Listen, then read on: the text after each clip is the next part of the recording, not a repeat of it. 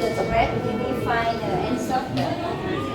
And for the raw silk, wool dyed, we spin the threads by hand. When we spin by hand, we stick them together.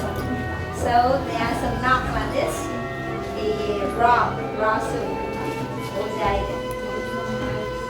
And after finishing here, we get it out, we dye the colors, and then we put them into the weaving them over there. And here you see we're doing the pattern on the tablecloth and the picture as well. For the tablecloth, so we use the background is linen material or cotton material.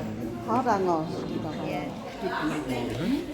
tôi ghét cái phục cái gì gấm nhất If you like to take a photograph, please